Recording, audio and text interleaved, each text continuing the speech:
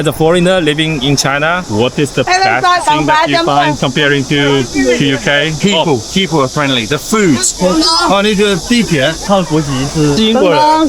Hello everyone and welcome back. In this episode, we are exploring Wuhan, the capital of Hubei province in central China.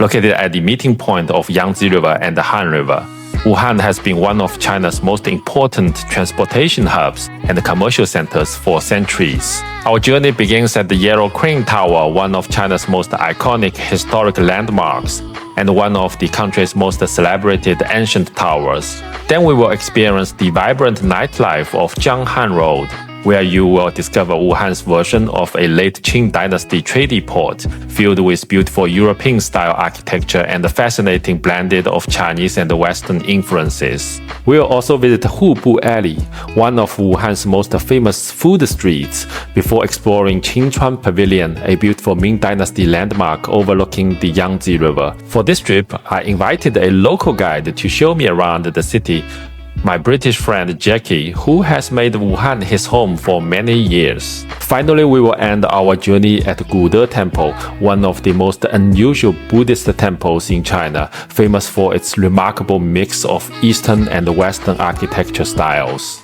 So come along with me and let's begin our adventure in Wuhan. Hello everyone. Jackie is a local Wuhaner. Yeah, 我是武汉人. You speak Wuhan dialect, right? Yeah, just a little. 吃了吗? Chilama means you. Have you eaten? Have you eaten? 你在干么? What are you doing? Yeah, okay, I can guess a little bit. What about if I say something in Shanghai dialect? Okay, you can teach me. Yeah. 弄得吃了吧? 弄得吃了吧? The same thing. Have you eaten? Oh, really? No. Well, it sounds like a different language. No visit to Wuhan is complete without seeing the Yellow Crane Tower. It is the city's most famous landmark and one of the most celebrated ancient buildings in China, standing alongside Yueyang Tower and the Tengwang Pavilion as one of the three great towers of southern China. Today we are now in a famous touristy place. This place is called Huanghe, right?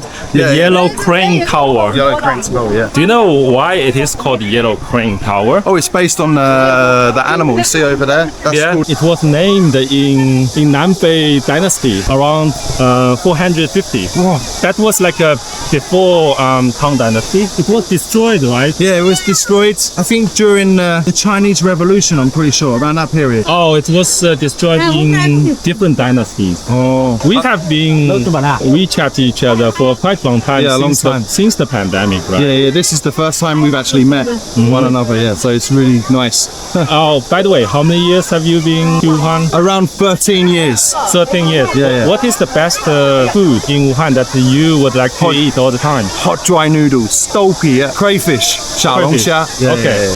The original tower was first built in 223 AD during the Three Kingdoms period as a military watchtower overlooking the Yangtze River. As China entered more peaceful times, it gradually transformed into a place where scholars and poets gathered to admire the scenery and compose poetry. Throughout its more than 1,800 years history, the tower has been destroyed and rebuilt many times because of wars, fires, and natural disasters.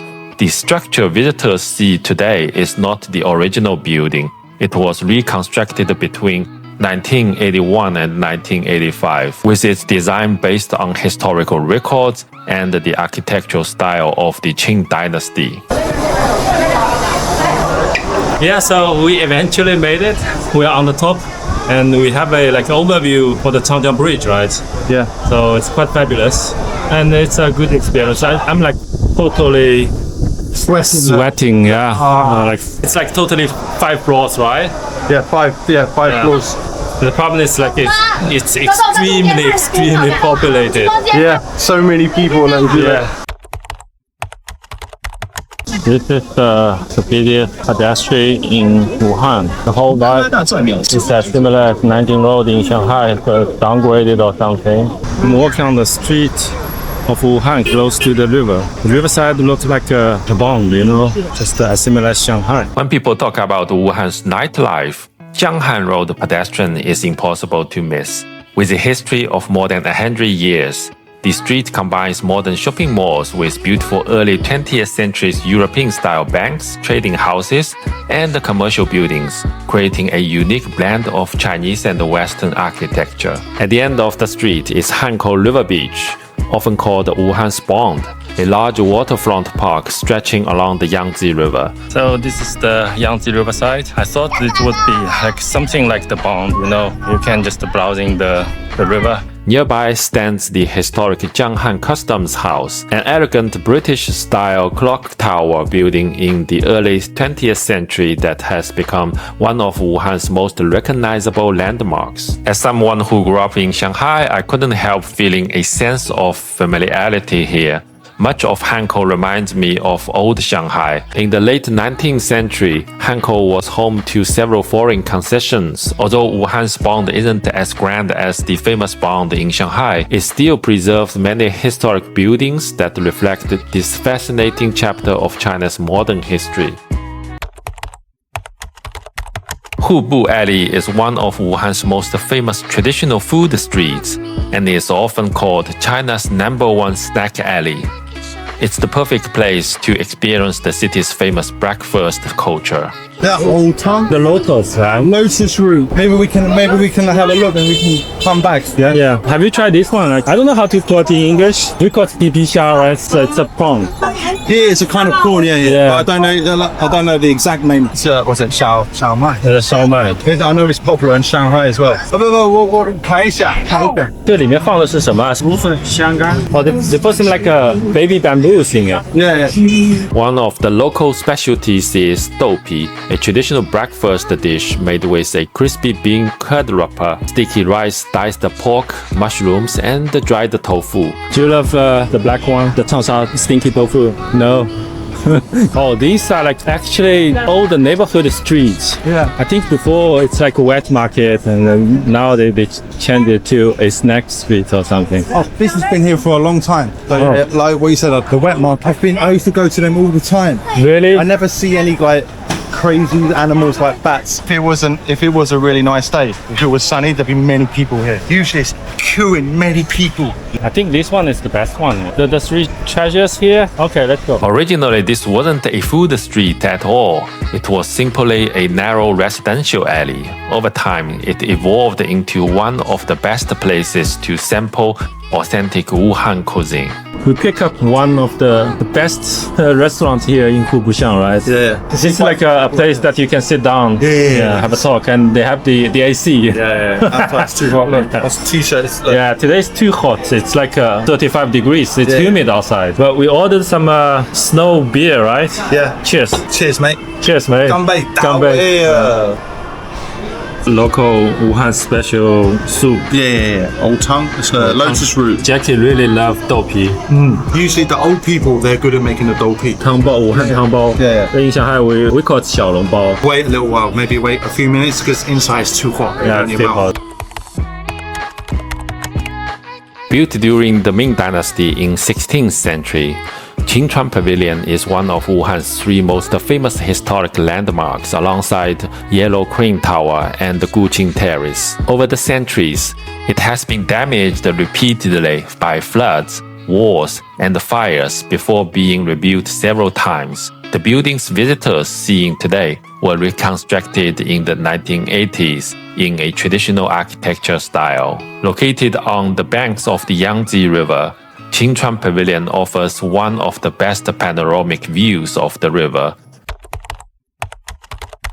This is the last day in Wuhan. I'm now in Gude Temple. It is a Taoist temple, but the outfit of the temple looks different. It looks like a European style or something. Although I only spent like 3 days in Wuhan, I didn't even cover the top 10 must-sees in Wuhan. But this is a nice place for the last day to check out. The final stop of my Wuhan adventure is Gude Temple, without a doubt one of the city's most surprising attractions. Unlike a traditional Chinese Buddhist temple, Gude Temple combines architectural influences from Chinese Buddhism with elements from India, Myanmar, Thailand, as well as European Gothic and Byzantine styles. Its magnificent white main hall looks more like a European cathedral than a Chinese temple, making it one of the most unique religious buildings anywhere in China. I'm leaving the temple. It was okay, entertained. I took some video. It's too hot. Under the sun, it's like 35 degrees. This is the hotel in Wuhan, 4-star hotel, 460 per night. Metro stop, I think. All my luggages. This room is kind of very spacious, 40 square meters or something. Yeah, there's a view here. Okay, a massive bed. Okay, so the toilet is also pretty big. Shower room, you have a bath here. Cabinets, safeties, slippers, umbrella, pajamas. You can use the bank card, the Alipay, and the WeChat Pay. And I think there are 16 lines in Wuhan. Nowadays, I don't really have to use the vending machine. In Alipay, there's a virtual card that I can use. Seems like it's not like Shanghai, right? Now it's like during the peak hour, 9 o'clock. The carriage isn't full.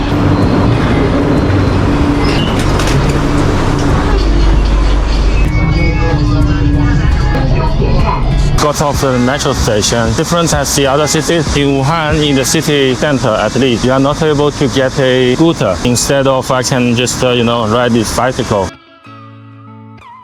Alright guys, thanks for watching. China Uncle Mikey. We'll see you in the next video.